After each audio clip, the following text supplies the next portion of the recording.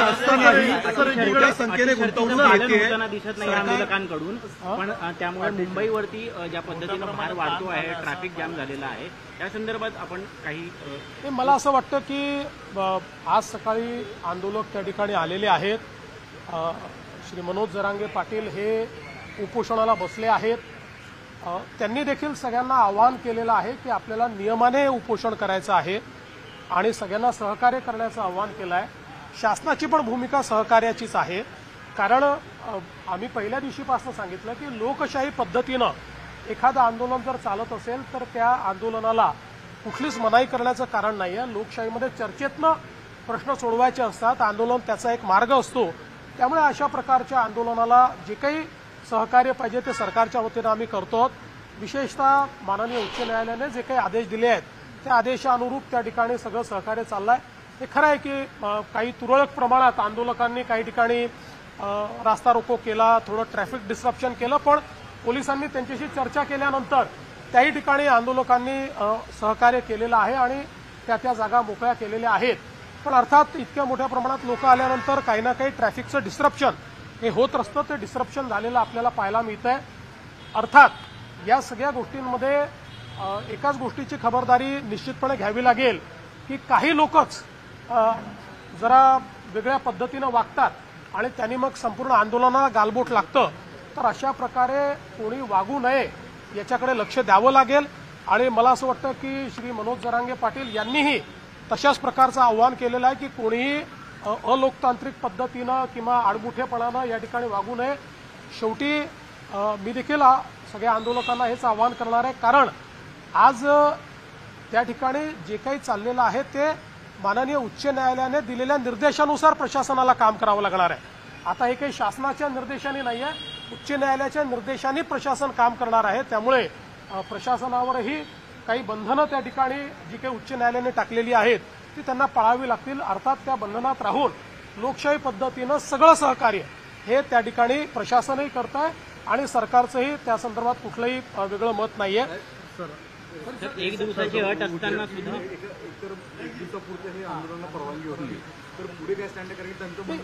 मला असं वाटतं की त्यांनी पुन्हा परवानगी मागितलेली आहे आणि कायद्याच्या चौकटीत राहून जी काही उच्च न्यायालयाने निर्देश दिले त्याच्या चौकटीत राहून पोलीस त्याचा सकारात्मक विचार करतील. जो काही कारण शेवटी आता निर्णय प्रशासन आणि आंदोलनकर्ते यांच्यातला निर्णय आहे.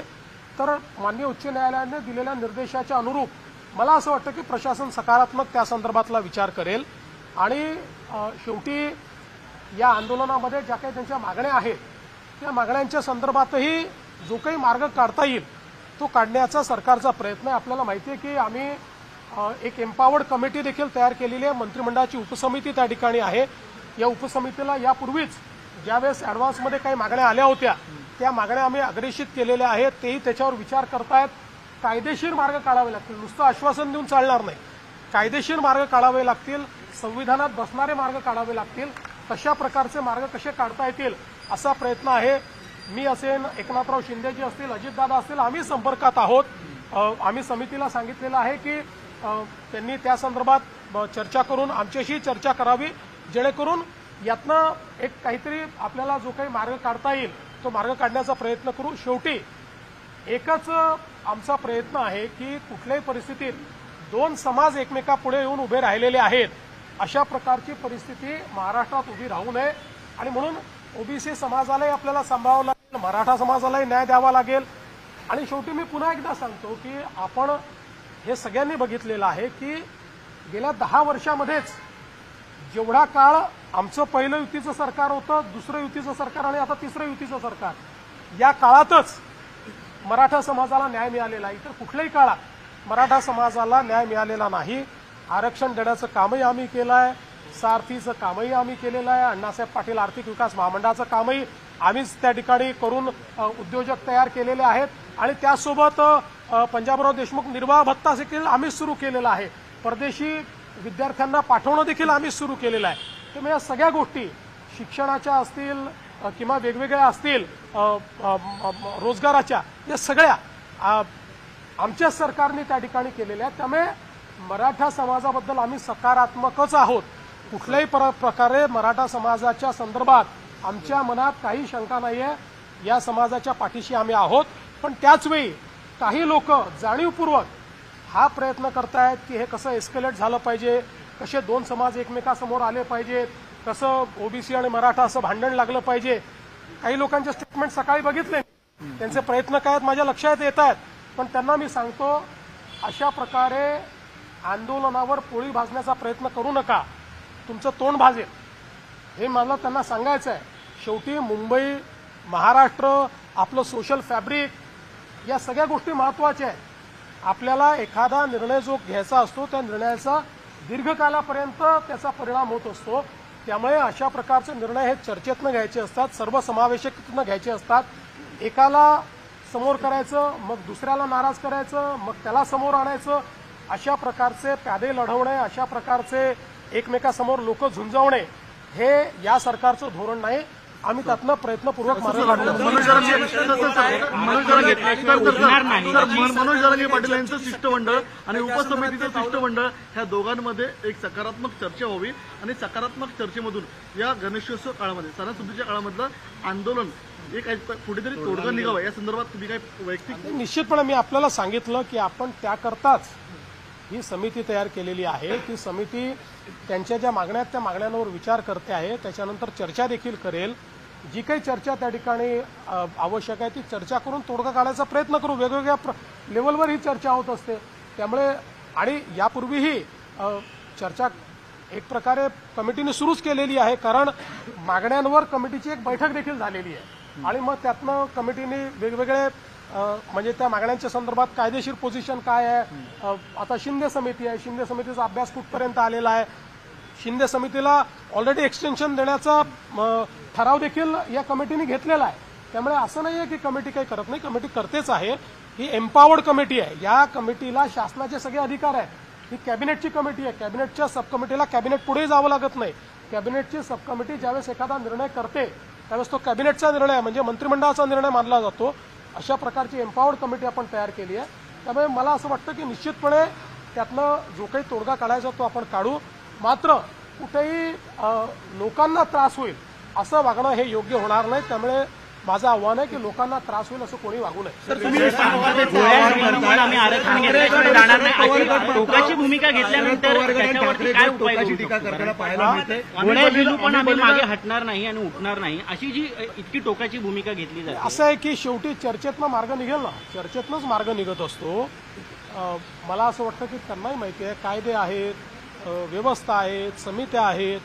त्यामुळे सगळ्या गोष्टी एकदम सगळ्या पदरी पडतात असं नाही आहे. पण आपण चर्चेतनं मार्ग काढत असतो. आता मागच्या काळामध्ये आपण 10% रिझर्वेशन दिलं. आज अशी परिस्थिती नाही आहे. 10% आरक्षण लागू आहे. त्या आरक्षणाप्रमाणे भरती झाली आहे, भरती चालली आहे. त्याच्यामध्ये ते आरक्षण कुठेही कोर्टाने नाकारलेलं नाही. कोर्टात आरक्षण आतापर्यंत नीट टिकलेलं आहे. त्यामुळे आत्ताची परिस्थिती अशी नाही की मराठा समाजाला आरक्षण नाही आहे, ते ऑलरेडी आहेच. मराठा समाजाचं आरक्षण टिकलेलं आहे. पण एक गोष्ट मात्र निश्चित आहे की वेगवेगळे पक्ष जे या संदर्भात सोयीची भूमिका घेतात त्या पक्षांना माझे आव्हान आहे की सोयीची भूमिका घेऊ नका. भूमिका घ्यायची तर ठाम भूमिका घ्या. ठाम भूमिका घेताना दिसत नाही. आम्ही तर बोललोच होतो, याचंही करा त्याचंही करा, अशा प्रकारची भूमिका नको. जे कायदेशीर आहे ती कायदेशीर भूमिका घ्या ना. तुमची भूमिका सांगा काय कायदेशीर भूमिका आहे. या संदर्भात ते भूमिका याकरता सांगणार नाहीत, कारण त्यांना समाजामध्ये भांडण होताना कुठेतरी त्यातनं राजकीय फायद्याचा वास येतो. आम्हाला राजकीय फायदा करून घ्यायचा नाही. आम्हाला सगळे समाज सांभाळायचे आहेत. आमचं सरकार इतक्या मोठ्या संख्येनं या ठिकाणी निवडून आलं कारण आम्ही सगळ्या समाजाला सांभाळलेलं आहे. सगळ्या समाजाने आम्हाला मतदान केलेलं आहे. त्याच्यामुळे आम्हाला सगळ्यांना सांभाळावं लागेल. सगळ्यांना सांभाळून सगळ्यांचे ॲस्पिरेशन्स जे आहेत ते ॲस्पिरेशन्स कसे पूर्ण करता येतील हे आम्हाला प्रयत्न करायचा आहे. उद्धव ठाकरे कह रहे हैं ओबीसी मधून मराठा समाजाला आरक्षण द्यावं अशी मागणी जरी जरांगे पाटील करत असले, काँग्रेस असेल किंवा ठाकरे गट असेल किंवा शरद पवार गट असेल ते मात्र यावरती ठाम भूमिका घेत नाही. सरकारने निर्णय घ्यावा असं उत्तर द्यावे. म्हणूनच मी मागतो, कारण या सगळ्या लोकांनी मागच्या काळामध्ये याच्या संदर्भात एक सर्वपक्षीय बैठकीत ठराव करून सह्या केलेल्या. आपल्याला सगळ्यांना माहिती आहे, त्यांनी सह्या केलेल्या आहेत, त्यांचं पत्र आहे, पब्लिक डोमेनमध्ये पत्र आहे. त्यामुळे त्यांची भूमिका काय आहे ही त्या पत्रातनं बाहेर आलेली आहे. म्हणून मी म्हटलं की आता सोयीची भूमिका घेणं आणि लोकांची दिशाभूल करणं हे बंद केलं पाहिजे.